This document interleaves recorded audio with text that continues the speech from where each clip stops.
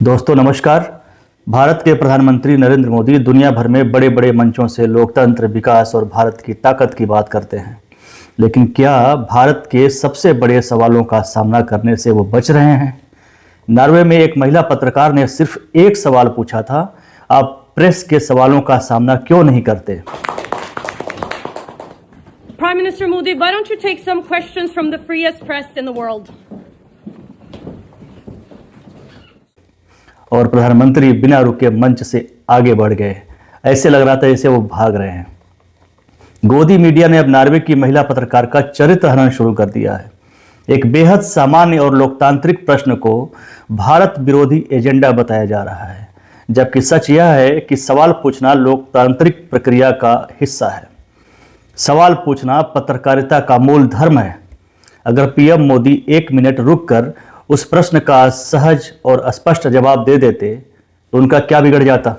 शायद इससे देश की इतनी बड़ी बदनामी नहीं होती। लेकिन अब सवाल पर जवाब देने के बजाय, मोदी से सवाल पूछने के बजाय कि आप क्यों भाग गए, सवाल पूछने वाले को ही निशाना बनाया जा रहा है, उस पर टारगेट किया जा रहा है। कितने शर्म की बात है। लोकतंत्र में असली ताकत सवालों से भागने से नहीं बनता है, बल्कि उसका जवाब देने में बनता है। दोस्तों, सवाल सिर्फ नॉर्वे का नहीं है, सवाल है भारत का, सवाल है भारतीय लोकतंत्र का, सवाल है भारतीय कल्चर का, भारतीय सभ्यता का, हमारी ऐतिहासिक परंपरा का, जिसमें लोकतांत्रिक मूल्यों को पूरी दुनिया ने देखा है, उसका सवाल है। और उन करोड़ों लोगों का सवाल है जिनकी ज़िंदगी इन सवालों से जुड़ी हुई है। ये भारत के स्वाभिमान की बात है, ये भारत के परंपरा की बात है, भारत के लोकतंत्र की, भारत के स्वतंत्रता की बात है। ये कोई साधारण बात नहीं है। सवाल जो पूछे जाने चाहिए थे मोदी जी से, वो क्या थे? प्रधानमंत्री जी, अगर आप रुकते तो शायद दुनिया आपसे यह भी पूछती, क्या कारण है कि भारत में बेरोजगारी लगातार बढ़ती जा रही है, युवाओं की सबसे बड़ी चिंता बनी हुई है। इसका क्या कारण है? महंगाई पर आपकी सरकार का असली रोड मैप क्या है? महंगाई कम क्यों नहीं हो रही है? रसोई गैस, पेट्रोल, दाल, दूध, रोजमर्रा की चीजें आम आदमी की पहुंच से बाहर क्यों होती जा रही हैं? इस पे महंगाई पे नियंत्रण क्यों नहीं है? आपकी सरकार ने 12 साल में क्या किया? क्या भारत का मीडिया आज भी स्वतंत्र है, या बड़े कारपोरेट और राजनीतिक दबावों के बीच उसकी आवाज़ कमज़ोर हो चुकी है? क्यों देश के बड़े टीवी चैनलों पर किसान, मजदूर, बेरोजगार, इनकी आवाज़, इनकी ज़रूरतें, इनके मुद्दे नहीं दिखाई देते? क्यों टीवी पर गैर जरूरी चीज़ें, धार्मिक मुद्दे, हिंदू मुस्लिम, मंदिर मस्जिद, घुसपैठिया, इस तरह के नैरेटिव बनाने वाली चीज़ें क्यों चीखती हैं टीवी पर? ये सवाल पूछे जाने चाहिए थे मोदी जी से।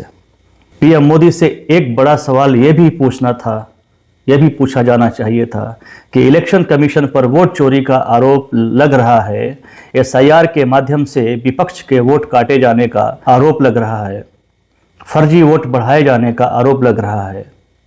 इस पर आपकी सरकार ने क्या किया?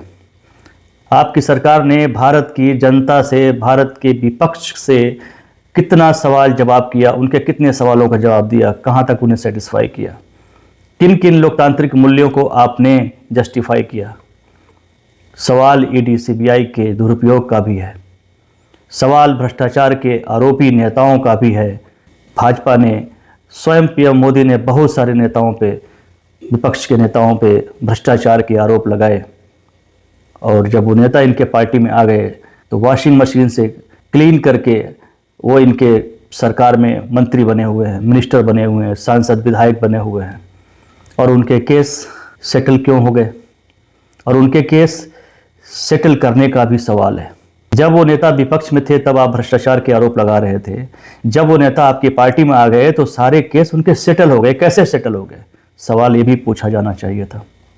क्या यही पत्रकारिता है? क्या यही खोजी पत्रकारिता है? सवाल मोदी जी से पूछा जाना चाहिए, क्योंकि इस देश की बागडोर मोदी जी के हाथ में है। सवाल मीडिया से ज़्यादा मोदी जी से पूछा जाना है कि आपकी सरकार में मीडिया जनता के मुद्दों का सवाल क्यों नहीं उठाती, जनता के मुद्दों पर डिबेट क्यों नहीं कराती। अडानी ग्रुप को लेकर दुनिया भर में सवाल उठे हैं, अमेरिका की रिपोर्ट भी आई है, अपोजिशन ने आरोप लगाए हैं, लेकिन आपने खुलकर कभी देश के सामने जवाब क्यों नहीं दिया? क्या कारण है कि हर बड़ा सवाल उठाने वालों को एंटी नेशनल कहने की कोशिश शुरू हो जाती है? फ्रीडम ऑफ स्पीच क्या होता है फ्रीडम ऑफ स्पीच? क्या आज भारत के लोग बिना डर के सरकार की आलोचना कर सकते हैं? क्यों स्टूडेंट्स, जर्नलिस्ट, कॉमेडियन, एक्टिविस्ट तक पर कार्रवाई की खबरें सामने आती रहती हैं? सवाल ये पूछा जाना चाहिए, सवाल ये पीएम मोदी से पूछा जाना चाहिए कि रुपया क्यों गिर रहा है? प्रधानमंत्री जी, डॉलर के मुकाबले रुपया लगातार क्यों गिरता जा रहा है? रुपये की हालत पतली क्यों होती जा रही है? क्या भारत की इकोनॉमी उतनी मजबूत है जितना भाषणों में बताया जाता है? जब आप पीएम की कुर्सी संभाले थे उस समय डॉलर की कीमत कितनी थी और आज कितनी है? क्या इस पर कोई सवाल नहीं बनता है?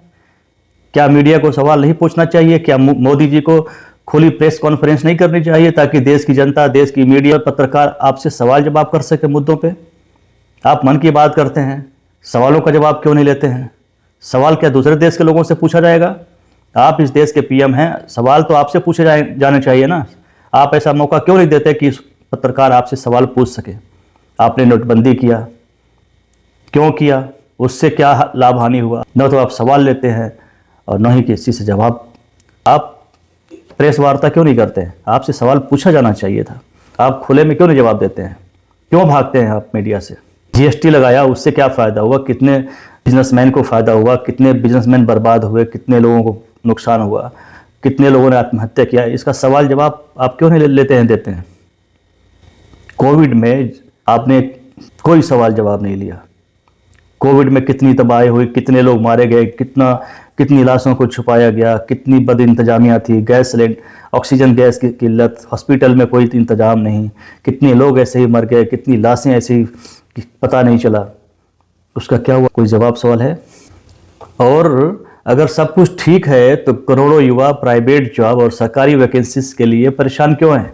पेपर लीक क्यों हो रहा है? सवाल ये आपसे नहीं पूछा जाएगा तो किससे पूछा जाएगा? दुनिया की राजनीति में भी सवाल है।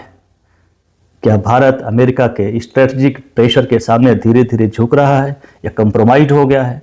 जब अमेरिका ने रूस से तेल खरीदने पर दबाव बनाया तो भारत की असली प्रतिक्रिया क्या थी? आपने क्या बताया? अमेरिका को जवाब क्यों नहीं दिया? पीएम मोदी ने आज तक अमेरिका को खुले शब्दों में उसका विरोध क्यों नहीं दिया? क्यों नहीं मजबूती से कहा कि हम रूस से तेल खरीदेंगे, वो हमारी संप्रभुता की बात है, वो हमारा डिसीजन है, हम तेल कहाँ से खरीदेंगे, कहाँ से नहीं खरीदेंगे?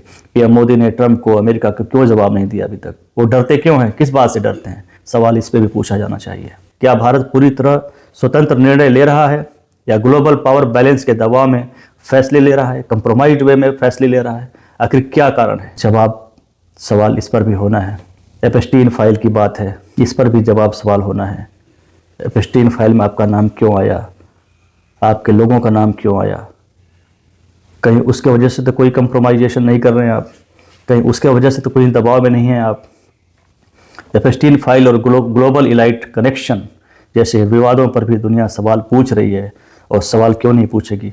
आपको जवाब देना होगा। क्या भारत ऐसे सेंसिटिव ग्लोबल मुद्दों पर अपनी स्थिति स्पष्ट नहीं रख सकता है या सिर्फ स्ट्रेटेजिक साइलेंस बनाए रखेगा? ये कौन सी बात होती है? लेकिन सबसे बड़ा सवाल शायद यही है, अगर भारत दुनिया का सबसे बड़ा लोकतंत्र है तो उसके प्रधानमंत्री से टफ क्वेश्चन क्यों नहीं पूछे जा सकते? अगर भारत दुनिया का सबसे बड़ा लोकतंत्र है तो उसके प्रधानमंत्री टफ क्वेश्चन से अनकंफर्टेबल क्यों दिखते हैं? लोकतंत्र सिर्फ भाषण देने से मजबूत नहीं होता है। लोकतंत्र सवाल सुनने और सवाल का जवाब देने की ताकत से मजबूत होता है।